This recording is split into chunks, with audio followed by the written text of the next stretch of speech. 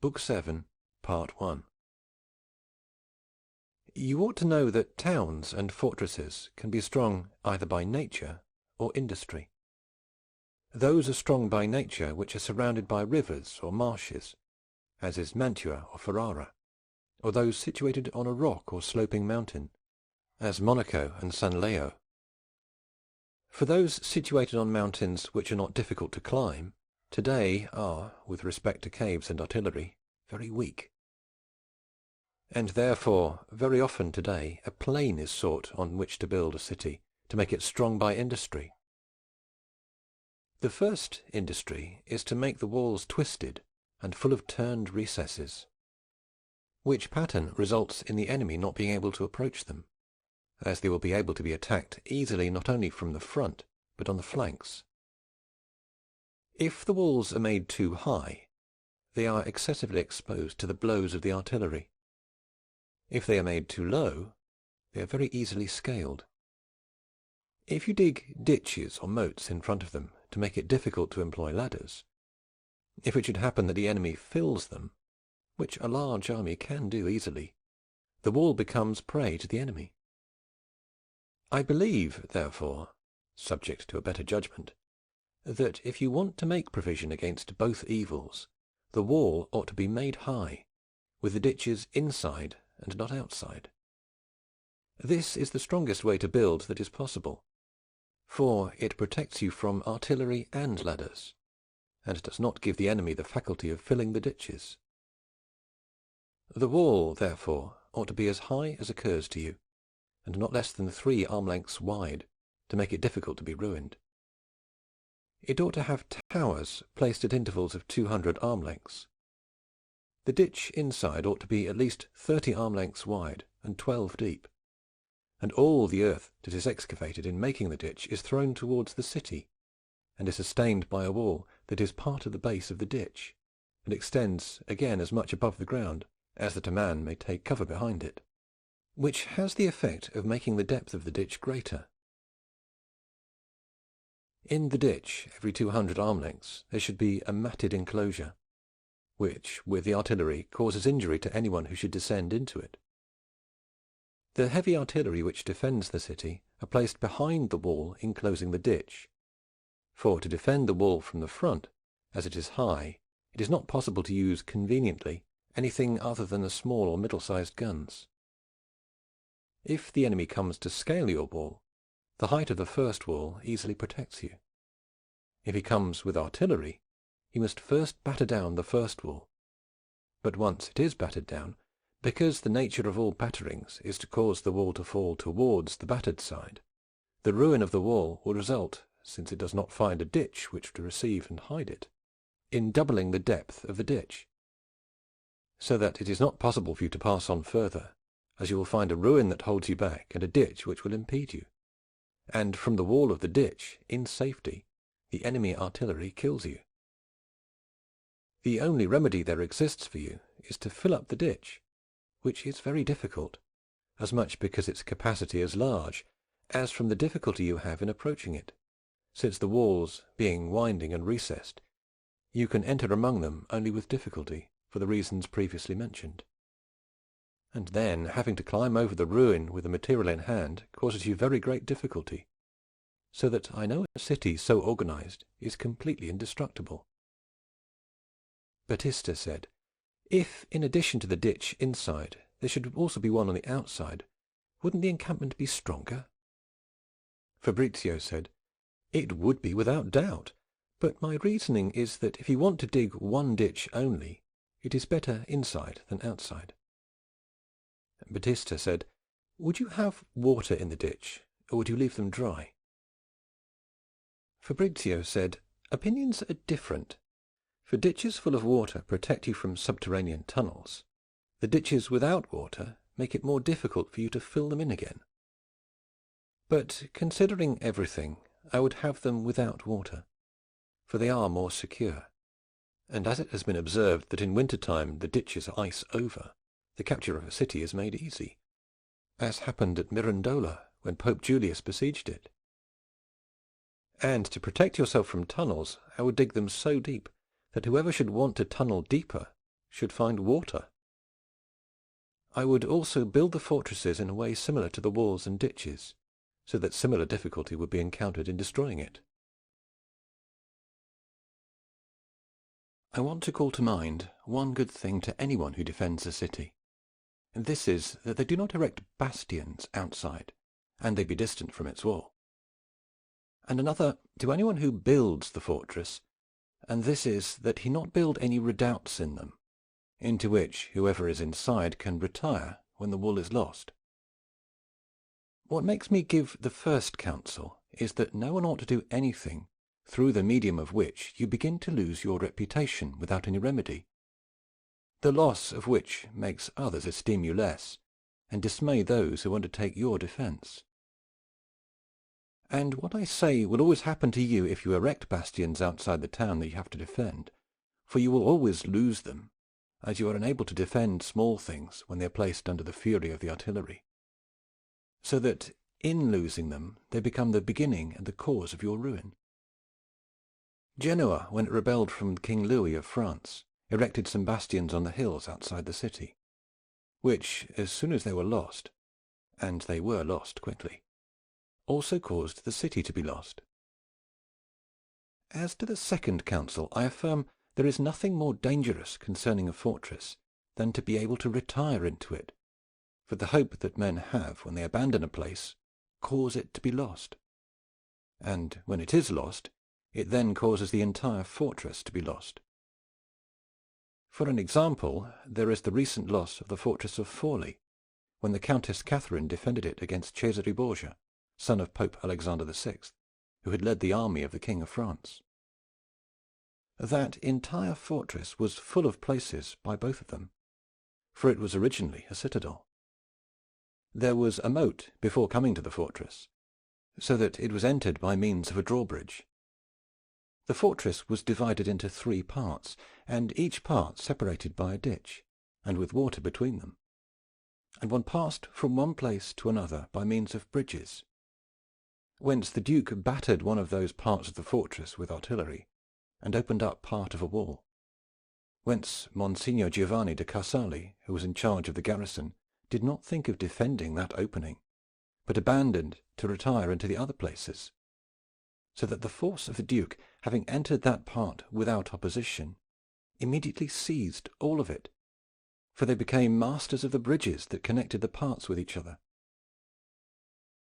He lost the fort, which was held to be indestructible, because of 2 mistakes.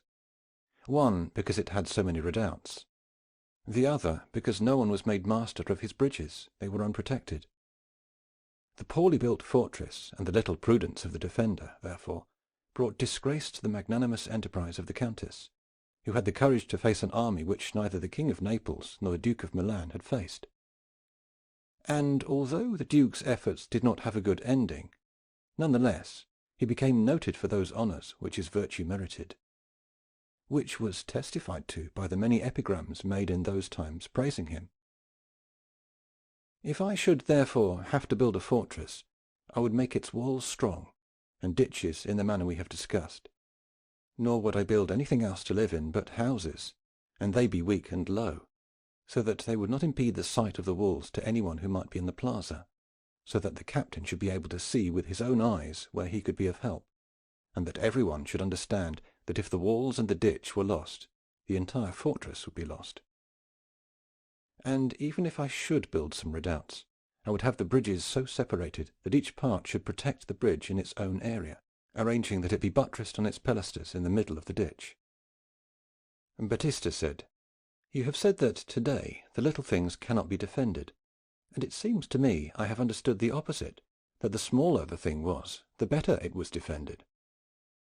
Fabrizio said, "You have not understood well, for today that place cannot be called strong, where he who defends it does not have room to retire among new ditches and ramparts. For such is the fury of the artillery, that he who relies on protection of only one wall or rampart deceives himself. And as the bastions, if you want them not to exceed their regular measurements, for then they would be terraces and castles, are not made so that others can retire into them, they are lost quickly.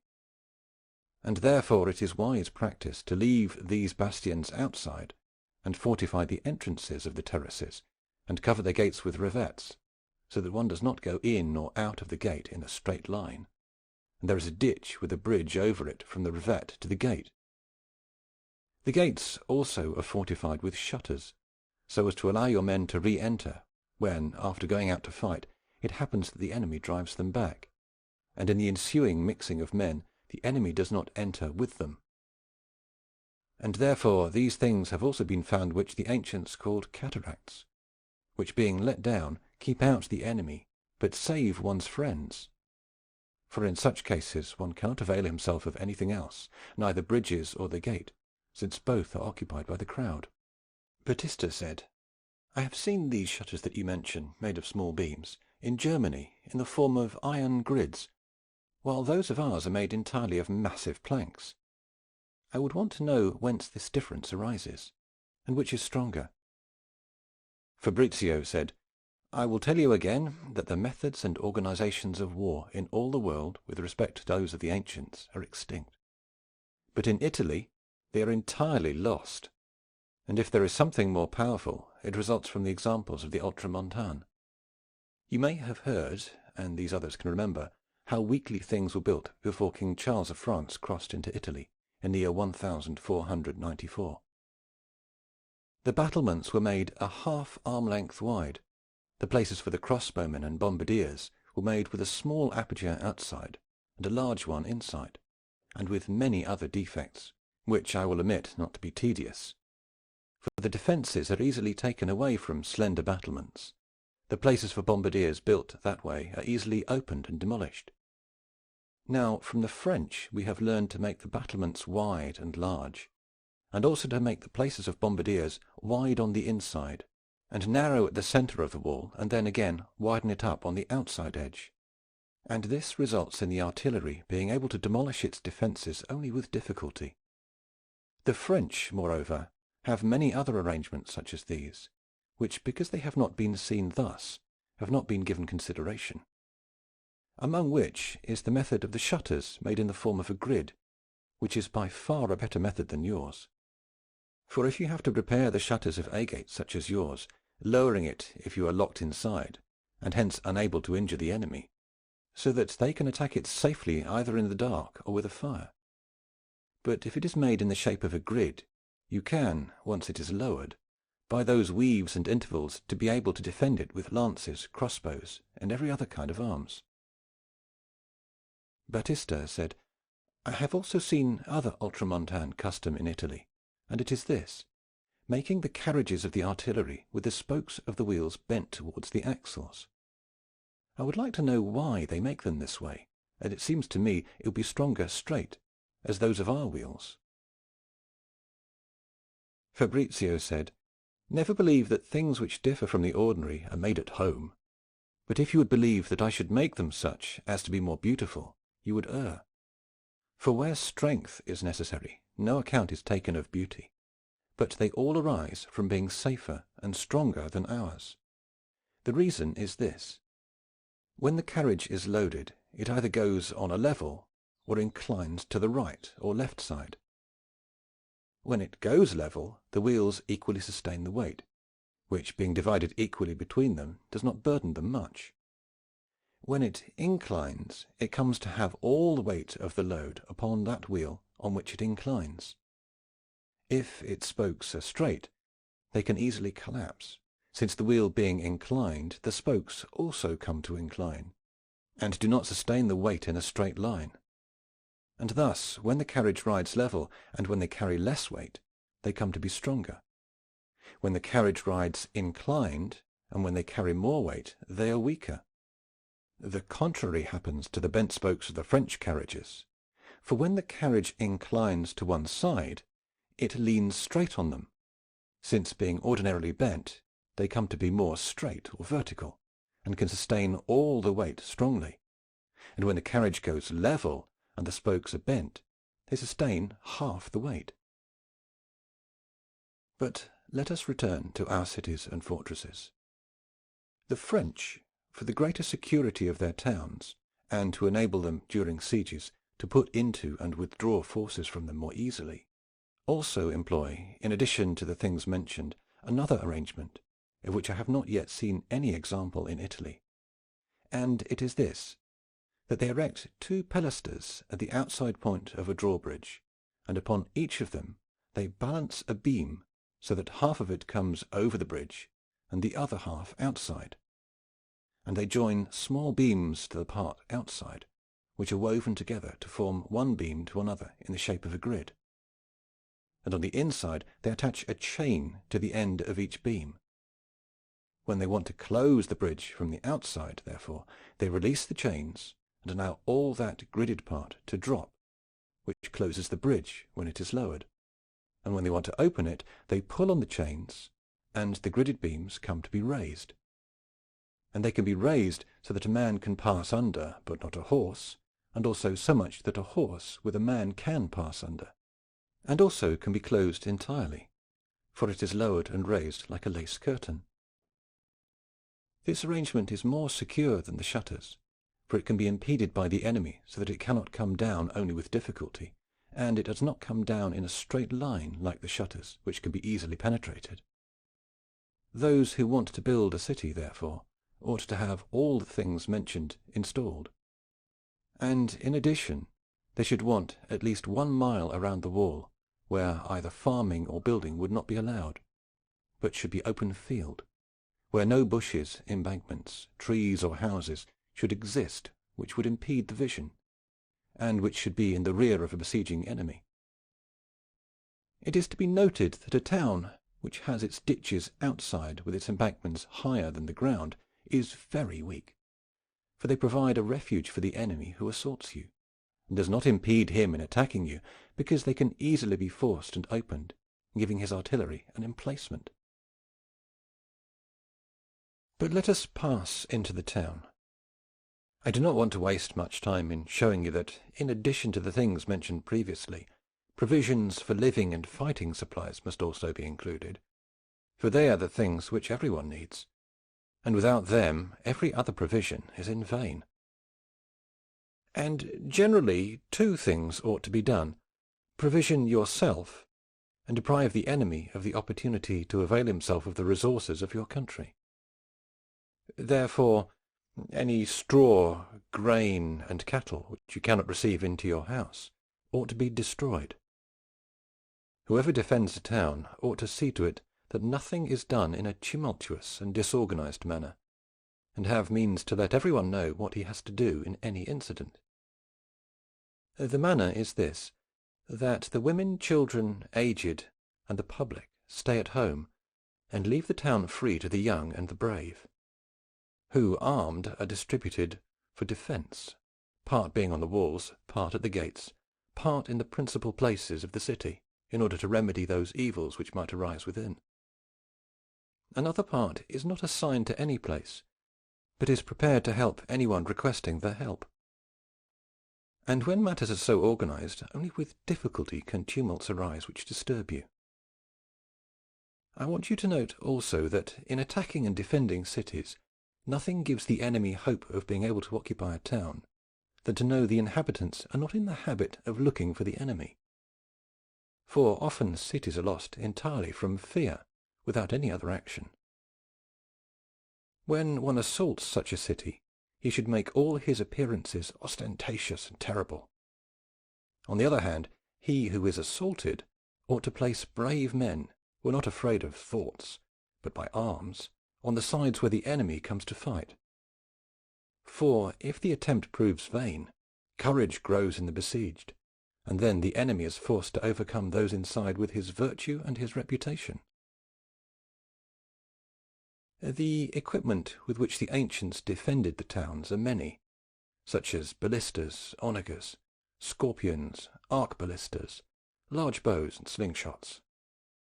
And those with which they assaulted were also many, such as battering rams, wagons, hollow metal fuses, musculi, trench covers, plutei, siege machines, vinae, scythes, and turtles, somewhat similar to present-day tanks.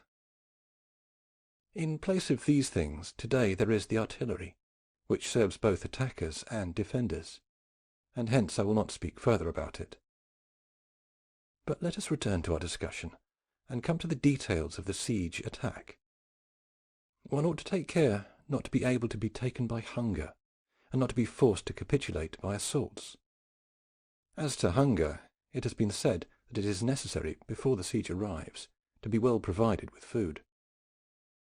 But when it is lacking during a long siege, some extraordinary means of being provided by friends who want to save you have been observed to be employed, especially if a river runs in the middle of the besieged city, as with the Romans when their castle of Casalino was besieged by Hannibal, who, not being able to send them anything by way of the river, threw great quantities of nuts into it, which, being carried by the river without being able to be impeded, fed the Casalinese for some time.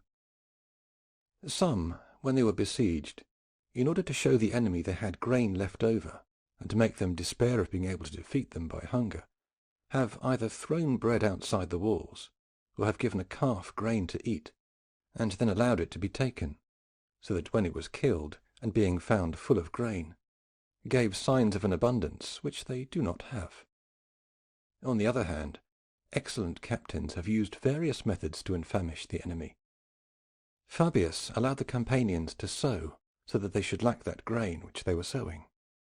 Dionysius, when he was besieged at Reggio, feigned wanting to make an accord with them, and while it was being drawn, had himself provided with food, and then, when, by this method, had depleted them of grain, pressed them and starved them. Alexander the Great, when he wanted to capture Leucadia, captured all the surrounding castles, and allowed the men from them to take refuge in the city, and thus, by adding a great multitude, he starved them. As to assaults, it has been said that one ought to guard against the first onrush, with which the Romans often occupied many towns, assaulting them all at once from every side, and they called it attacking the city by its crown. As did Scipio when he occupied New Carthage in Spain. If this onrush is withstood, then only with difficulty will you be overcome. And even if it should occur that the enemy has entered inside the city by having forced the walls, even the small terraces give you some remedy if they are not abandoned. For many armies have, once they have entered into a town, been repulsed or slain. The remedy is that the townspeople keep themselves in high places, and fight them from their houses and towers. Which thing those who have entered in the city have endeavoured to win in two ways. The one, to open the gates of the city, and make a way for the townspeople by which they can escape in safety. The other, to send out a message by voice, signifying that no one would be harmed unless armed, and whoever would throw his arms on the ground they would pardon. Which thing has made the winning of many cities easy. In addition to this, cities are easy to capture if you fall on them unexpectedly, which you can do when you find yourself with your army far away, so that they do not believe that you either want to assault them, or that you can do it without your presenting yourself because of the distance from the place. Whence, if you assault them secretly and quickly, it will almost always happen that you will succeed in reporting the victory. I unwillingly discuss those things which have happened in our times, as I would burden you with myself and my ideas, and I would not know what to say in discussing other things. None the less, concerning this matter, I cannot but cite the example of Cesare Borgia, called Duke Valentine, who, when he was at Nocera with his forces, under the pretext of going to harm Camerino, turned towards the state of Urbino, and occupied a state in one day and without effort, which some other, with great time and expense, would barely have occupied. Those who are besieged must also guard themselves from the deceit and cunning of the enemy, and therefore the besieged should not trust anything which they see the enemy doing continuously, but always believe they are being done by deceit, and can change to injure them. When Domitus Calvinus was besieging a town, he undertook habitually to circle the walls of the city every day with a good part of his forces, whence the townspeople, believing he was doing this for exercise, lightened the guard. When Domitius became aware of this, he assaulted them and destroyed them. Some captains, when they heard beforehand that aid was coming to the besieged, have clothed their soldiers with the insignia of those who were to come, and having introduced them inside, have occupied the town. Cimon the Athenian one night set fire to a temple that was outside the town, whence, when the townspeople arrived to succour it, they left the town to the enemy to plunder. Some have put to death those who left the besieged castle to blacksmith or shoe horses, and redressing their soldiers with the clothes of the blacksmiths, who then surrendered the town to him. The ancient captains also employed various methods to despoil the garrisons of the towns they wanted to take. Scipio, when he was in Africa, and desiring to occupy several castles in which garrisons had been placed by Carthaginians, feigned several times wanting to assault them, but then from fear not only abstained, but drew away from them. Which Hannibal, believing to be true, in order to pursue him with a larger force and be able to attack him more easily, withdrew all the garrisons from them, and Scipio, becoming aware of this, sent Maximus, his captain, to capture them. Pyrrhus, when he was waging war in Sclavonia, in one of the chief cities of that country, where a large force had been brought in to garrison it, feigned to be desperate of being able to capture it, and turning to other places, caused her, in order to succour them, to empty herself of the garrison, so that it became easy to be captured. Many have polluted the water and diverted rivers to take a town, even though they did not then succeed. Sieges and surrenders are also easily accomplished by dismaying them, by pointing out an accomplished victory or new help which has come to their disfavour. The ancient captains sought to occupy towns by treachery, corrupting some inside, but have used different methods. Some have sent one of their men under the disguise of a fugitive, who gained authority and confidence with the enemy, which he afterwards used for his own benefit. Many, by this means, have learned the procedures of the guards, and through this knowledge have taken the town. Some have blocked the gate, so that it could not be locked, with a cart or a beam under some pretext, and by this means made the entry easy to the enemy. Hannibal persuaded one to give him a castle of the Romans, and that he should feign going on a hunt at night, to show his inability to go by day for fear of the enemy, and when he returned with the game, placed his men inside with it, and killing the guard, captured the gate. You also deceive the besieged by drawing them outside the town and distant from it, by feigning flight when they assault you. And many, among whom was Hannibal, have in addition allowed their quarters to be taken, in order to have the opportunity of placing them in their midst, and take the town from them. They deceive also by feigning departure, as did Florence the Athenian, who, having plundered the country of the Chalcidians, afterwards received their ambassadors, and filled their city with promises of safety and goodwill, who, as men of little caution, were shortly after captured by Florence. The besieged ought to look out for men whom they have among them that are suspect, but sometimes they may want to assure themselves of these by reward as well as by punishment. Marcellus, recognizing that Lucius Bancius Nolanus had turned to favour Hannibal, employed so much humanity and liberality towards him that from an enemy he made him a very good friend.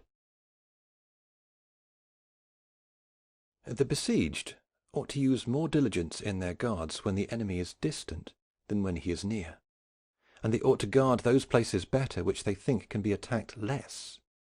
For many towns have been lost when the enemy assaulted them on a side from which they did not believe they would be assaulted. And this deception occurs for two reasons, either because the place is strong and they believe it to be inaccessible, or because the enemy cunningly assaults him on one side with feigned uproars, and on the other silently with the real assaults. And therefore the besieged ought to have a great awareness of this, and above all, at all times, but especially at night, have good guards at the walls, and place there not only men but dogs, and keep them ferocious and ready, which by smell detect the presence of the enemy, and with their baying discover him. And in addition to dogs, it has been found that geese have also saved a city, as happened to the Romans when the Gauls besieged the capital. When Athens was besieged by the Spartans, Alcibiades, in order to see if the guards were awake, arranged that when a light was raised at night, all the guards should rise, and inflicted a penalty on those who did not observe it. Hisicratus, the Athenian, slew a guard who was sleeping, saying he was leaving him as he found him. Those who were besieged have had various ways of sending news to their friends, and in order not to send embassies by voice, wrote letters in cipher, and concealed them in various ways. The ciphers are according to the desire of whoever arranges them. The method of concealment is varied. Some have written inside the scabbard of a sword. Others have put these letters inside raw bread, and then baked it, and gave it as food for him who brought it. Others have placed them in the most secret places of the body. Others have put them in the collar of a dog, known to him who brings it. Others have written ordinary things in a letter, and then have written with invisible ink between one line and another, which afterwards, by wetting or scalding, caused the letters to appear. This method has been very astutely observed in our time, where some, wanting to point out a thing which was to be kept secret to their friends who lived inside a town, and not wanting to trust it in person, sent communications written in the customary manner, but interlined, as I mentioned above, and had them hung at the gates of a temple, which were then taken and read by those who recognized them from the countersigns they knew. Which is a very cautious method, because whoever brings it can be deceived by you, and you do not run any danger. There are infinite other ways by which anyone by himself likewise can find and read them. But one writes with more facility to the besieged than the besieged do to friends outside, for the latter cannot send out such letters except by one who leaves the town under the guise of a fugitive, which is a doubtful and dangerous exploit when the enemy is cautious to a point. But as to those that are sent inside, he who is sent can, under many pretexts, go into the camp that is besieged, and from here await a convenient opportunity to jump into the town. But let us come to talk of present captures, and I say that, if they occur when you are being fought in your city which is not arranged with ditches inside, as we pointed out a little while ago, when you do not want the enemy to enter by the breaks in the wall made by artillery, as there is no remedy for the break which it makes, it is necessary for you, while the artillery is battering, to dig a ditch inside the wall that is being hit, at least 30 arm lengths wide, and throw all the earth that is excavated towards the town, which makes embankments, and the ditch deeper. And you must do this quickly, so that if the wall falls, the ditch will be excavated at least 5 or 6 arm lengths deep. While this ditch is being excavated, it is necessary that it be closed on each side by a blockhouse. And if the wall is so strong that it gives you time to dig the ditches and erect the blockhouses, that part which is battered comes to be stronger than the rest of the city, for such a repair comes to have the form that we gave to inside ditches. But if the wall is weak and does not give you time, then there is need to show virtue, and oppose them with armed forces, and with all your strength. This method of repair was observed by the Pisans when you went to besiege them, and they were able to do this because they had strong walls which gave them time, and the ground firm and most suitable for erecting ramparts and making repairs, which, had they not had this benefit, would have been lost. It would always be prudent, therefore, first to prepare yourself, digging the ditches inside your city and throughout all the circuit, as we devised a little while ago. For in this case, as the defences have been made, the enemy is waited with leisure and safety. The ancients often occupied towns with tunnels in 2 ways. Either they dug a secret tunnel which came out inside the town, and through which they entered it, in the way in which the Romans took the city of Veii, or by tunnelling they undermined a wall and caused it to be ruined. This last method is more effective today, and causes cities located high up to be weaker, for they can be undermined more easily. And then, when the powder which ignites in an instant is placed inside those tunnels, it not only ruins the wall, but the mountains are opened, and the fortresses are entirely disintegrated into several parts. The remedy for this is to build on a plain, and make the ditch which girds your city so deep that the enemy cannot excavate further below it without finding water, which is the only enemy of these excavations. And even if you find a knoll within the town that you defend, you cannot remedy it otherwise than to dig many deep wells within your walls, which are as outlets to those excavations which the enemy might be able to arrange against it. Another remedy is to make an excavation opposite to where you learn he is excavating, which method readily impedes him, but is very difficult to foresee when you are besieged by a cautious enemy. Whoever is besieged, above all, ought to take care not to be attacked in times of repose, as after having engaged in battle, after having stood guard, that is, at dawn, the evening between night and day, and above all at dinner time, in which times many towns have been captured, and many armies ruined by those inside. One ought, therefore, to be always on guard with diligence on every side, and in good part well armed. End of Book 7, Part 1. Book 7, Part 2. I do not want to miss telling you that what makes defending a city or an encampment difficult is to have to keep all the forces you have in them disunited. For the enemy, being able altogether to assault you at his discretion, you must keep every place guarded on all sides, and thus he assaults you with his entire force, and you defend it with part of yours. The besieged can also be completely overcome, while those outside cannot unless repulsed. Whence many who have been besieged, either in their encampment or in a town, although inferior in strength, have suddenly issued forth with all their forces, and have overcome the enemy. Marcellus did this at Nola, and Caesar did this in Gaul, when his encampment, being assaulted by the great number of Gauls, and seeing he could not defend it without having to divide these forces into several parts, and unable to stay within the stockade with the driving attack of the enemy, opened the encampment on one side, and turning to that side with all his forces, attacked them with such fury and with such virtue that he overcame and defeated them. The constancy of the besieged has also often displeased and dismayed the besieger. And when Pompey was affronting Caesar, and Caesar's army was suffering greatly from hunger, some of his bread was brought to Pompey, who, seeing it made of grass, commanded it not to be shown to his army, in order not to frighten it, seeing what kind of enemies he had to encounter. Nothing gave the Romans more honour in the war against Hannibal as their constancy. For, in whatever more inimical and adverse fortune, they never asked for peace, and never gave any sign for fear. Rather, when Hannibal was around Rome, those fields on which he had situated his quarters were sold at a higher price than they would ordinarily have been sold in other times. And they were so obstinate in their enterprise that to defend Rome they did not leave off attacking Capua, which was being besieged by the Romans at the same time Rome was being besieged. I know that I have spoken to you of many things which you have been able to understand and consider by yourselves.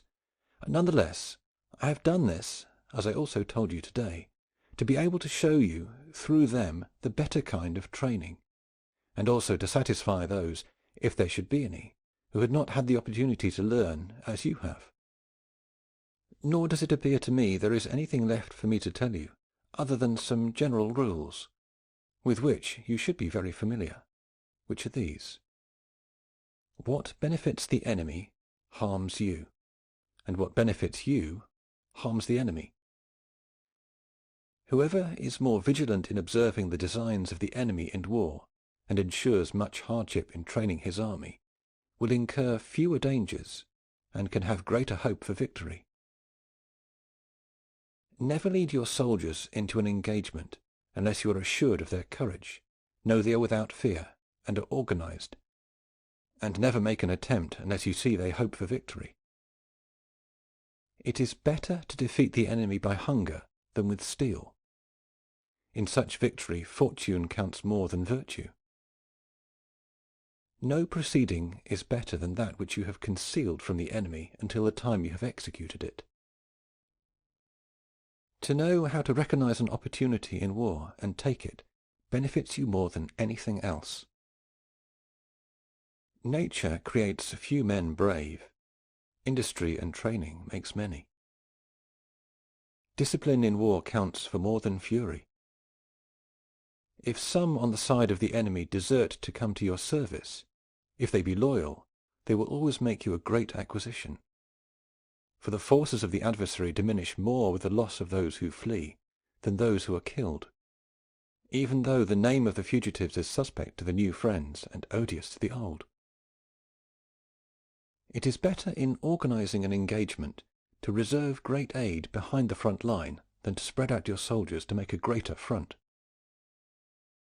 He is overcome with difficulty who knows how to recognize his forces and those of the enemy. The virtue of the soldiers is worth more than a multitude, and the sight is often of more benefit than virtue. New and speedy things frighten armies, while the customary and slow things are esteemed little by them. You will therefore make your army experienced, and learn the strength of a new enemy by skirmishes before you come to an engagement with him. Whoever pursues a routed enemy in a disorganized manner does nothing but become vanquished from having been a victor. Whoever does not make provisions necessary to live or eat is overcome without steel.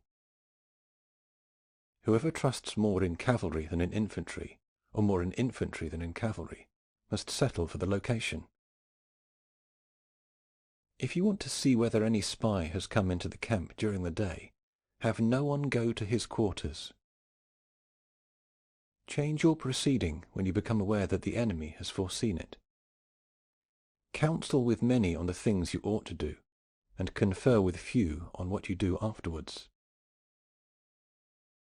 When soldiers are confined to their quarters, they are kept there by fear or punishment. Then, when they are led by war, they are led by hope and reward. Good captains never come to an engagement unless necessity compels them or the opportunity calls them. Act so your enemies do not know how you want to organize your army for battle, and in whatever way you organize them, arrange it so that the first line can be received by the second and by the third. In a battle, never use a company for some other purpose than what you have assigned it to, unless you want to cause disorder. Accidents are remedied with difficulty unless you quickly take the facility of thinking. Men, steel, money, and bread are the sinews of war, but of these four the first two are more necessary, for men and steel can find money and bread, but money and bread do not find men and steel. The unarmed rich man is the prize of the poor soldier. Accustom your soldiers to despise delicate living and luxurious clothing. This is as much as occurs to me generally to remind you, and I know I could have told you of many other things in my discussion, for example, how and in how many ways the ancients organized their ranks, how they dressed, and how they trained in many other things, and to give you many other particulars, which I have not judged necessary to narrate, as much because you are able to see them, as because my intention has not been to show you in detail how the ancient army was created, but how an army should be organized in these times, which should have more virtue than they now have.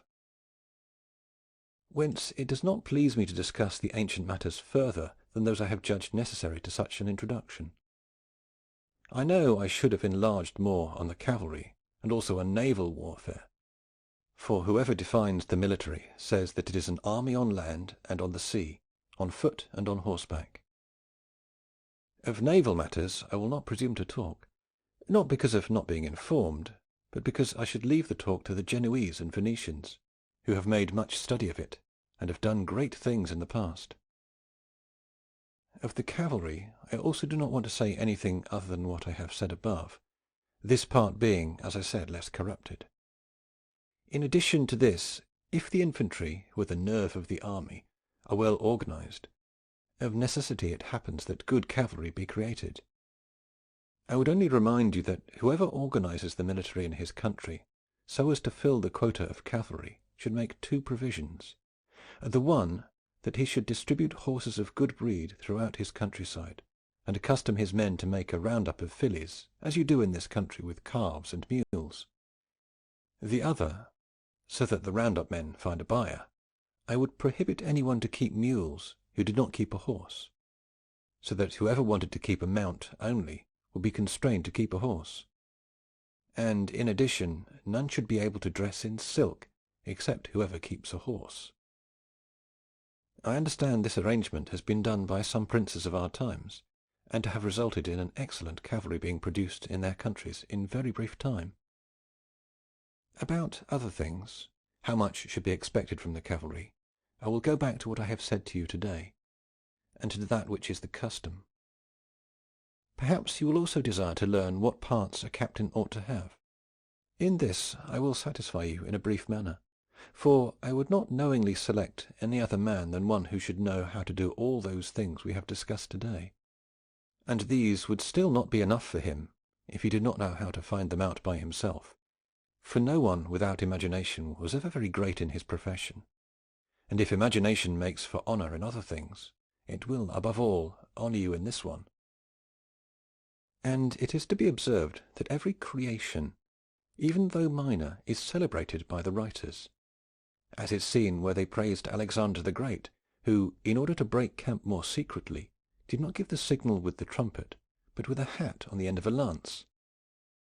He is also praised for having ordered his soldiers, when coming to battle with the enemy, to kneel with the left knee, so that they could more strongly withstand the attack of the enemy, which not only gave him victory, but also so much praise that all the statues erected in his honour show him in that pose.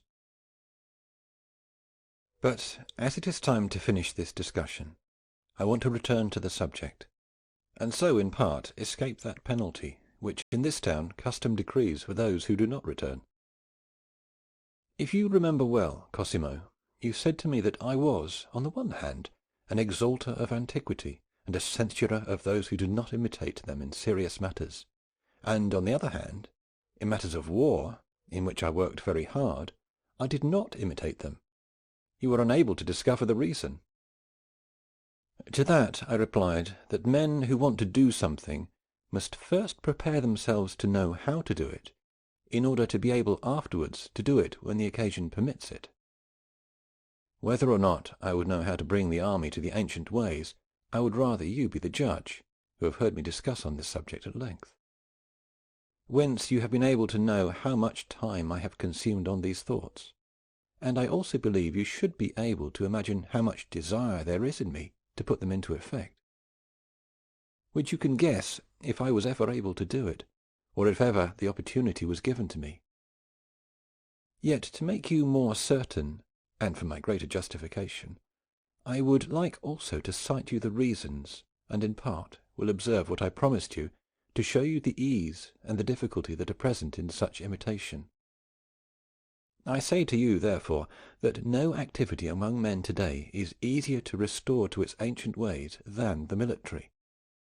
But for those only who are princes of so large a state, they are able to assemble 15,000 or 20,000 young men from their subjects. On the other hand, nothing is more difficult than this to those who do not have such a convenience. And because I want you to understand this part better, you have to know that captains praised are of two kinds. The one includes those who, with an army well ordered through its own natural discipline, have done great things, such as were the greater part of the Roman citizens, and others who have led armies who have not had any hardship in maintaining them good, and to see to it they were safely led. The other includes those who not only had to overcome the enemy, but before they came to this, had been compelled to make their army good and well ordered, and who, without doubt, deserve greater praise than those others merited, who, with an army which was naturally good, have acted with so much virtue. Such as these were Pelopidas, Epaminondas, Tullus Hostilius, Philip of Macedonia, father of Alexander, and Cyrus, king of the Persians, and Gracchus the Roman. All these had first to make the army good, and then fight with it. All of these were able to do so, as much by their prudence as by having subjects capable of being directed in such practices. Nor would it have been possible for any of them to accomplish any praiseworthy deed, no matter how good and excellent they might have been, should they have been in an alien country, full of corrupt men and not accustomed to sincere obedience. It is not enough, therefore, in Italy, to govern an army already trained, but it is necessary first to know how to do it, and then how to command it. And of these there need to be those princes who, because they have a large state and many subjects, have the opportunity to accomplish this. Of whom I cannot be one, for I have never commanded, nor can I command except armies of foreigners, and men obligated to others, and not to me. Whether or not it is possible to introduce into those princes some of the things we discuss today, I want to leave to your judgment. Would I make one of those soldiers who practice today carry more arms than is customary, and in addition food for 2 or 3 days and a shovel? Should I make him dig, or keep many hours every day under arms in feigned exercises, so that in real battles afterwards he would be of value to me? Would they abstain from gambling, lasciviousness, swearing, and insolence, which they do daily? Would they be brought to so much discipline, obedience, and respect, that a tree full of apples, which should be found in the midst of an encampment, would be left intact, as is happened many times in the ancient armies? What can I promise them by which they will respect, love, or fear me, when, with a war ended, they no longer must come to me for anything? Of what can I make them ashamed who are born and brought up without shame? By what deity or saints do I make them take an oath? By those they adore, or by those they curse? I do not know any whom they adore, but I well know that they curse them all. How can I believe they will observe the promises to those men for whom they show their contempt hourly? How can those who depreciate God have reverence for men? What good customs, therefore, is it possible to instil in such people? And if you should tell me the Swiss and the Spaniards are good, I should confess they are far better than the Italians. But if you will note my discussion, and the ways in which both proceed, you will see that there are still many things among the Swiss and Spaniards to bring them up to the perfection of the ancients. And the Swiss have been good from their natural customs, for the reasons I have told you today, and the Spaniards from necessity. For when they fight in a foreign country, it seems to them they are constrained to win or die, and as no place appeared to them where they might flee, they became good. But it is a goodness defective in many parts, for there is nothing good in them except that they are accustomed to wait the enemy up to the point of the pike and of the sword. Nor would there be anyone suitable to teach them what they lack, and much less anyone who does not speak their language. But let us turn to the Italians, who, because they have not wise princes, have not produced any good army, and because they did not have the necessity that the Spaniards had, have not undertaken it by themselves, so that they remain the shame of the world.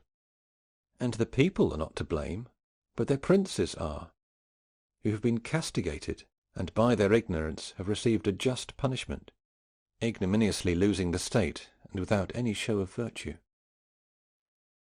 Do you want to see if what I tell you is true? Consider how many wars have been waged in Italy from the passage of King Charles of France until today. And wars usually make men warlike and acquire reputations. These, as much as they have been great and cruel, so much more have caused its members and its leaders to lose reputation.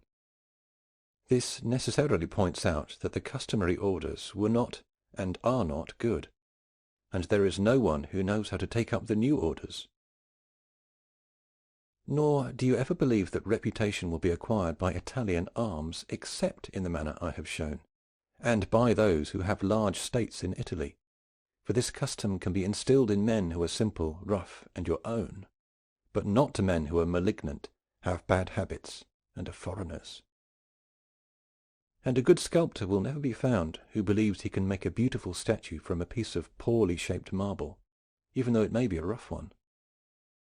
Our Italian princes, before they tasted the blows of the Ultramontane wars, believed it was enough for them to know what was written, think of a cautious reply, or write a beautiful letter, show wit and promptness in his sayings and in his words, know how to weave a deception, ornament himself with gems and gold, sleep and eat with greater splendour than others, keep many lascivious persons around, conduct himself avariciously and haughtily towards his subjects, become rotten with idleness, hand out military ranks at his will, express contempt for anyone who may have demonstrated any praiseworthy manner, want their words should be the responses of oracles.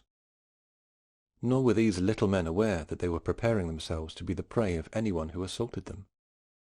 From this, then, in the year 1494, there arose the great frights, the sudden flights, and the miraculous losses, and those most powerful states of Italy were several times sacked and despoiled in this manner. But what is worse is that those who remained persist in the same error, and exist in the same disorder. And they do not consider that those who held the state anciently had done all those things we discussed, and that they concentrated on preparing the body for hardships, and the mind not to be afraid of danger. Whence it happened that Caesar, Alexander, and all those excellent men and princes were first among the combatants, went around on foot, and even if they did lose their state, wanted also to lose their lives, so that they lived and died with virtue. And if they, or part of them, could be accused of having too much ambition to rule, there never could be found in them any softness or anything to condemn which makes men delicate and cowardly. If these things were to be read and believed by these princes, it would be impossible that they would not change their way of living, and their countries not change in fortune. And as in the beginning of our discussion you complained of your organization, I tell you, if you had organized it as we discussed above, and it did not give a good account for itself, then you would have reason to complain. But if it is not organized and trained as I have said, the army can have reason to complain of you, who have made an abortion and not a perfect organization. The Venetians also and the Duke of Ferrara began it, but did not pursue it, which was due to their fault and not of their men. And I affirm to now that any of them who have states in Italy today will begin in this way, he will be the lord higher than any other in this province, and it will happen to his state as happened to the kingdom of the Macedonians, which, coming under Philip, who had learned the manner of organizing the armies from Epaminondas the Theban, became, with these arrangements and practices, while the rest of Greece was in idleness and attending to reciting comedies, so powerful that in a few years he was able to occupy it completely, and leave such a foundation to his son that he was able to make himself prince of the entire world.